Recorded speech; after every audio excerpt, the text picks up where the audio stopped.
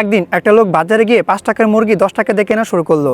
সেখানে থাকা লোকজন অবাক হয়ে জিজ্ঞেস করলো, আপনি এত বেশি দামে কেন কিনবেন? উত্তরে লোকটি বলল, আমার 1000 পিস মুরগি লাগবে তাই। লোকগুলো খুশি মনে তাকে মুরগি দিয়ে দিল। পরের দিন লোকটা আবার আসলো, তখন সেই 10 টাকার মুরগি 20 টাকা দিয়ে কিনতে চাইলো। এবার লোকগুলো জিজ্ঞেস করলো, আপনি আজকে ডাবল দামে কেন কিনবেন? তখন সেই লোকটি উত্তরে বলল, আজকে আমার 2000 পিস মুরগি লাগবে তাই। সবগুলো ব্যবসায়ী অনেক কষ্ট করে 2000 পিস মুরগি জোগাড় করে দিল। পরের দিন লোকটা আবার আসলো, এবার সে বলল, আমার মোট 3000 পিস মুরগি লাগবে, আর আমি তোমাদেরকে এবার 50 টাকা পিস দিব। ব্যবসায়ীগুলো অবাক হয়ে গেল এবং তারা বলল, আমাদের কাছে এখন এত মুরগি নেই। লোকটি তখন বলল, আচ্ছা ঠিক আছে, পরশুদিন সকালবেলা দিলেই চলবে, আমি এখন আসি। তারপর ব্যবসায়ীগুলো শহরের অলিগলিতে মুরগি খোঁজা শুরু করে দিল।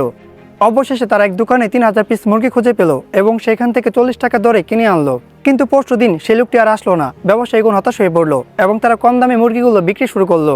সবশেষে তারা অনেক লসে পড়ে নিঃস্ব হয়ে গেল। অপরদিকে ওই প্রতারক ব্যক্তি অনেক লাভ করে শহর থেকে পালিয়ে গেল। মনে রাখবেন, যদি কেউ আপনাকে অতিরিক্ত লোভ দেখায় তাহলে তার থেকে দূরে থাকুন, কারণ লোভে পাপ, পাপে মৃত্যু।